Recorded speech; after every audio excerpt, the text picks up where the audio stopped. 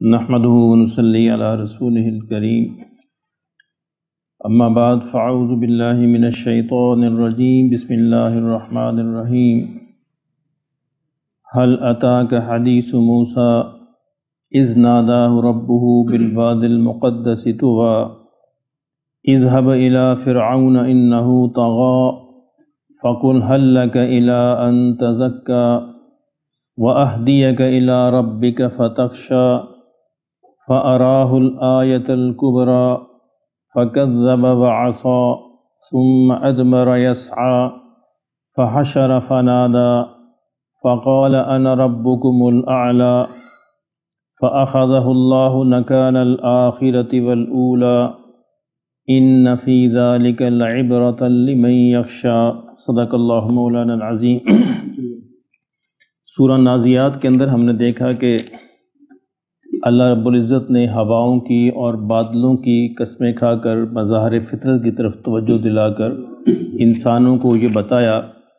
کہ قیامت کا دن آ کر رہنے والا ہے، ہو کر رہنے والا ہے۔ جس طرح اللہ رب العزت ہواؤں پر قادر ہے، بادلوں اور بارشوں پر قادر ہے، اسی طرح وہ قیامت کے دن کو لانے پر بھی قادر ہے۔ قرآن مجید میں آپ یہ اسلوب دیکھیں گے کہ اللہ رب العزت یہ تاریخ کے واقعات سے بہت زیادہ استدلال کرتے ہیں، تاریخ کے واقعات کی بہت توجہ دلاتے ہیں انسانوں کو۔ تاریخ پہ غور کرو، وہ تاریخ ایک ایسی بات ہے جو انسانوں کے سامنے گزری ہوتی ہے، انسانوں کی نسلوں نے اس کو دیکھا ہوتا ہے،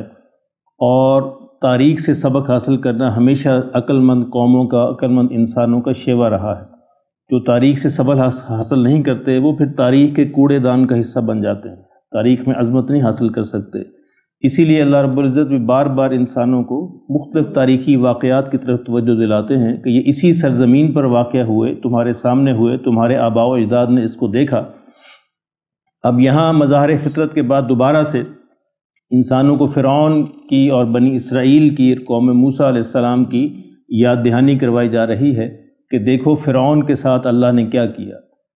کچھ مناظر ایسے ہیں قیامت کے جو اللہ اس زمین پر بھی دکھا دیتا ہے، ان میں سے فرعون کا مناظر بھی ہیں۔ فرعون جس طرح غرق کیا گیا، جس طرح اس کو سزا دی گئی،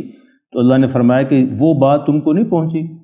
یعنی اگر تمہیں یہ بات سمجھ نہیں آتی، حل اتاک حدیث موسیٰ، کیا تمہیں موسیٰ علیہ السلام کی داستان نہیں پہنچی؟ اذ ناداہ ربہ، جب ان کے رب نے ان کو پکارا، یعنی موسیٰ علیہ السلام کے رب نے ان کو بلایا،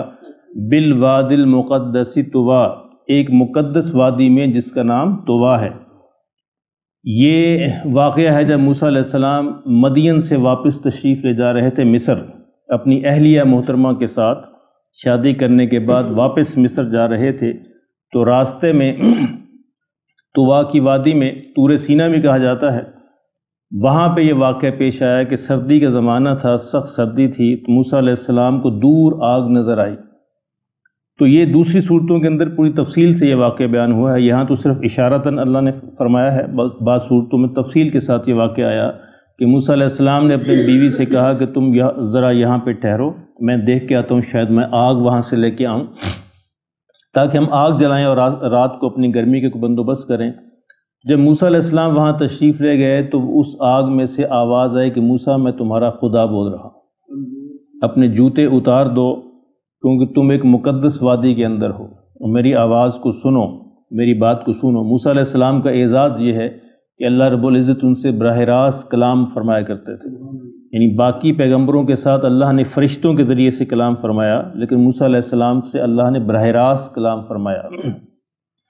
تو موسیٰ علیہ السلام متوجہ ہوئے اور اللہ نے فرمایا کہ موسیٰ میں نے تمہیں اپنا پیغمبر جو ہے وہ منتخب کر لیا ہے،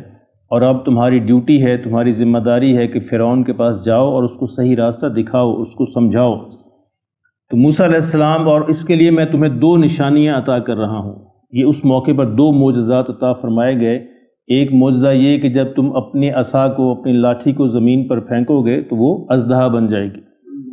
اور جب اپنا تم ہاتھ اپنی بغل میں سے دے کر باہر نکالو گے تو وہ چمکتی ہوئی روشن شمع بن جائے گی، ایک ٹارچ بن جائے گی، اس میں سے روشنی نکلے گی۔ تو یہ دونوں معجزات دیکھ کر اللہ رب العزت نے نشانیاں دے کر موسیٰ علیہ السلام کو فرعون کے پاس بھیجا کہ اسے سمجھاؤ۔ موسیٰ علیہ السلام کا مشن یہ تھا کہ فرعون کو صحیح راستہ دکھانا اور اگر وہ صحیح راستے پہ نہیں آتا تو اسے یہ کہنا کہ میری قوم کو آزاد کر دو۔ بنی اسرائیل موسیٰ علیہ السلام کی قوم تھی، اس کو آزاد کر دو۔ فرعون نے ان کو غلام بنا لیا تھا۔ یہ فرعون جو ہے یہ مصر کے جو حکمران ہیں ان کا لقب ہے، جس طرح ہم پریزیڈنٹ کہتے ہیں یا پرائم منسٹر کہتے ہیں، تو یہ ان کا نام نہیں ہے، یعنی ہر کو آنے والا بعد میں فرعون ہی ہوتا تھا۔ تو یہ فرعون جو موسیٰ علیہ السلام کے زمانے میں تھا، غالباً رمیسس 3 ہے یا 2 ہے یا 3 ہے، تو یہ وہ فرعون تھا جس کا نام یہ ہے۔ تو یہ معجزات دے کر ان کو کہا گیا اذهب الی فرعون، تم جاؤ فرعون کی طرف، انہ طغی، اس نے بڑی سرکشی اختیار کر لی ہے زمین کے اندر، فقل، اور اس سے کہو، حل لک الی ان تزکی، کیا میں تمہیں پاکیزگی کی راہ نہ بتلاؤں، کیا تمہیں پاکیزگی کی راہ پر نہ لے آؤں، وَأَهْدِيَكَ، اور تمہیں ہدایت عطا کروں، ہدایت کا راستہ دکھاؤں، اِلَىٰ رَبِّكَ، تیرے رب کی طرف، فَتَخْشَىٰ، تو پھر اپنے رب سے ڈرے۔ اچھا، فرعون کا یہ کہنا تھا کہ میں رب ہوں، اس رب کا مطلب یہ نہیں تھا کہ وہ یہ کہتا تھا کہ میں خالق ہوں، خالق وہ اللہ ہی کو مانتا تھا، یہ مانتا تھا کہ یہ کائنات کسی نے بنائی ہے، اس کا خالق ہے، مالک ہے۔ رب کہنے کا مطلب یہ تھا کہ مجھے پورے مصر پر اتھارٹی حاصل ہے، کوئی میرے حکم کے خلاف کچھ کر نہیں سکتا، یعنی اقتدار اعلیٰ میرے پاس ہے، اور میں ہی حرف آخر ہوں، میں جو کچھ کہوں گا سب کو وہی ماننا ہوگا، یہ میری گویا غیر مشروط اطاعت تمہیں اختیار کرنی ہوگی۔ یہاں رب کا معنی وہ یہ تھا اس کا۔ فَأَرَاهُ الْآيَةَ الْكُبْرَى، تو کیا میں تمہیں دکھاؤں پھر ایک بڑی نشانی۔ موسیٰ علیہ السلام سے کہا اللہ نے کہ تم جاؤ فرعون کے پاس اور اسے کہو کہ میں تمہیں ہدایت دینے آیا ہوں اور تمہیں ایک بڑی نشانی اس کے لیے دکھاتا ہوں۔ فَكَذَّبَ، اس نے جھٹلا دیا، وَعَصَىٰ، اور نافرمانی کی، اور اس نے جھٹلایا اور نافرمانی کی، نہیں مانا۔ موسیٰ علیہ السلام گئے، یہاں پہ تفصیل نہیں ہے، دوسری صورتوں میں ہے، موسیٰ علیہ السلام گئے، اپنا عصا زمین پر ڈالا، وہ اژدہا بنا، تو فرعون نے کہا کہ یہ تو جادو ہے، یعنی جب اللہ نے ہدایت نہ دینی ہو، فرعون نے کہا کہ یہ جادو ہے، اور اس کے مقابلے میں کیا کیا، یہاں بھی اللہ نے فرمایا ثم ادبر یسعی، یعنی اس نے جھٹلایا، نافرمانی کی، پھر وہ لوٹا اور ایک سرگرمی کرنے لگا موسیٰ علیہ السلام کے خلاف، یعنی بجائے اس سے کہ مان لیتا، تسلیم کرتا، ثم ادبر، پھر وہ لوٹا، یسعی، سرگرمی کرتے ہوئے، فحشر، اکٹھے کیے لوگوں کو،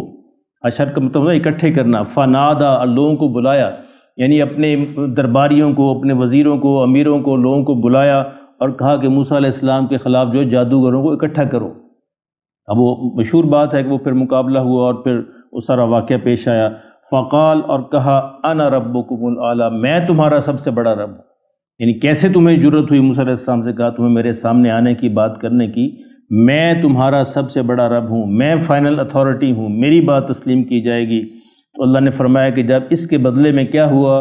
فَأَخَذَهُ اللَّهُ، تو اللہ نے اس کو پکڑ لیا، نَكَالَ الْآخِرَةِ وَالْأُولَى، دنیا کی پکڑ میں بھی، دنیا کی سزا میں بھی، اور آخرت کی سزا میں بھی۔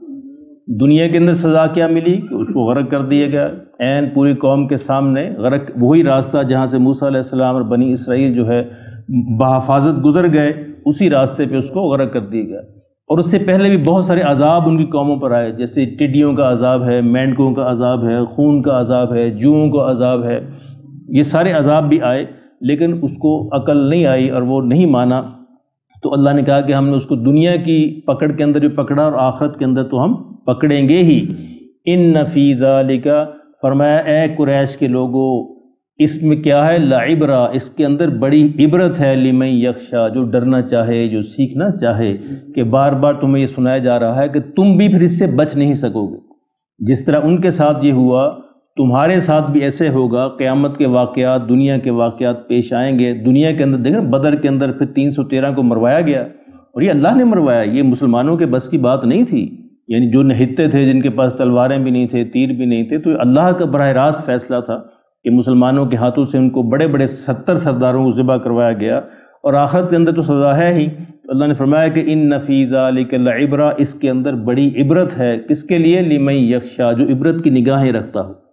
جو عبرت حاصل کرنا چاہے، جو ڈرنا چاہے اللہ سے، تو اس کے لیے اس میں بڑی عبرت ہے۔ اللہ پاک ہمیں بھی عبرت کی نگاہیں جو ہے وہ نصیب فرمائے۔ وما علینا الا البلاغ المبین۔